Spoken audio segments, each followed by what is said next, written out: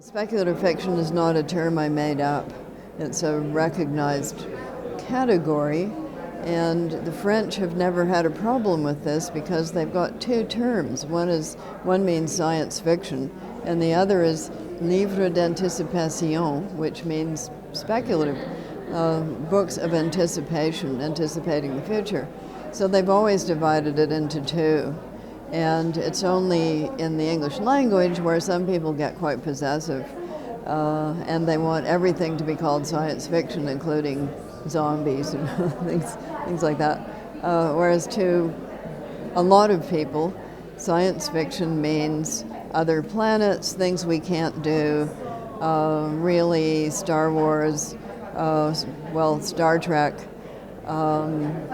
that kind of book. Blade Runner, although Blade Runner is getting closer and closer to being possible.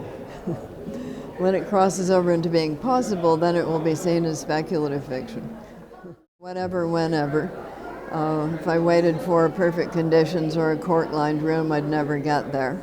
So whenever I find space and time, planes are good, hotel rooms are good, nobody calls. So all of that's good, but it's just I've always done it whenever I could. So the other question I think was, what's the process? For a novel, it is 1 part inspiration, 9 parts perspiration. You can have an idea in a very short space of time, but then you have to work it out. And for me, it's 6 drafts on the average.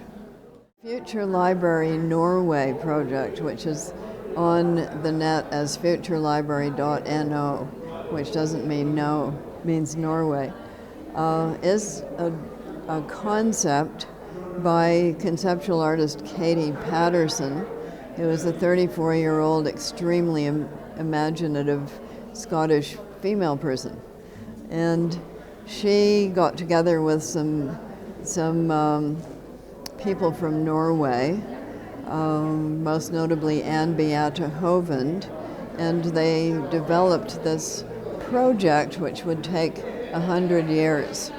And they planted a forest of little seedlings in Norway, and those will grow for 100 years.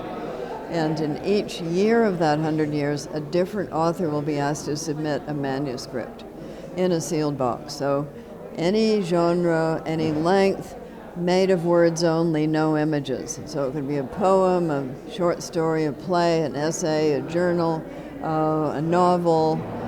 We don't know, and we're not telling. So in the sealed box, when year 100 comes around, all of the boxes will be opened, and enough wood will be cut from the forest that will have grown to make the paper to print an anthology of the Future Library Norway. And meanwhile, the boxes will be in a room with only the title and the author visible. Rules for the author are no images. You can't tell what's in the box. 2 copies only, which will be in the box. 2 digital copies, also in the box, on a memory stick. They'll have to renew those, of course. And those are the rules. So I got a letter saying, would I do this? And I think you either say yes or no immediately. You either say, no, I want to be able to publish all my books in my lifetime, or you say, yes, I'm intrigued by the idea of such a peculiar time capsule, and isn't it fun to imagine what will happen when all of the boxes are opened? And it is any country, any language. So the second writer is David Mitchell, but I expect that the third one will be a non-English speaking writer. And for languages that are very small, they will put a dictionary in just in case the language disappears in the 100 years.